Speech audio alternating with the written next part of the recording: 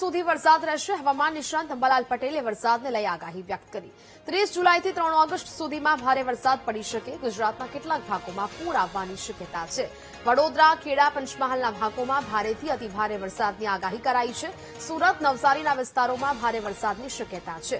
પાટણ, મહેસાણા, સાબરકાંઠા અને અરવલ્લીમાં પણ ભારે વરસાદની આગાહી છે। સૌરાષ્ટ્રના અનેક જિલ્લાઓમાં પણ વરસાદ પડી શકે। 5 થી 12 ઓગસ્ટ સુધી દક્ષિણ ગુજરાતમાં ભારેથી અતિભારે વરસાદની આગાહી વ્યક્ત કરવામાં આવી છે।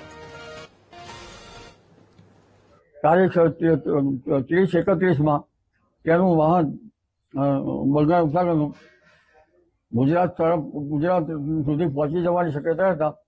મધ્યપ્રદેશના ભાગોમાં ભારેથી અતિભારે વરસાદ થવાની શક્યતા રહેશે। ગુજરાતના દક્ષિણવર્તી ભાગોમાં વરસાદ થવાની શક્યતા રહેશે, જેમાં મધ્ય ગુજરાતના કેટલાક ભાગમાં ભારેથી અતિભારે વરસાદ થવાની શક્યતા રહેશે। વડોદરાના ભાગો અને અન્ય ભાગો તેમજ અમદાવાદ, ગાંધીનગરના ભાગોમાં પણ વરસાદ થવાની શક્યતા રહેશે। આ ઉપરાંત પાટણ સમી હારી અને મહેસાણા તેમજ લગભગ સાબરકાંઠા, હિંમતનગર, અરવલ્લીના ભાગો, પંચમહાલના ભાગો, છોટાઉદેપુર, દાહોદ વગેરે ભાગોમાં વરસાદ થવાની શક્યતા રહેશે। કેટલાક ભાગમાં ભારેથી અતિભારે વરસાદ થવાની શક્યતા રહેશે।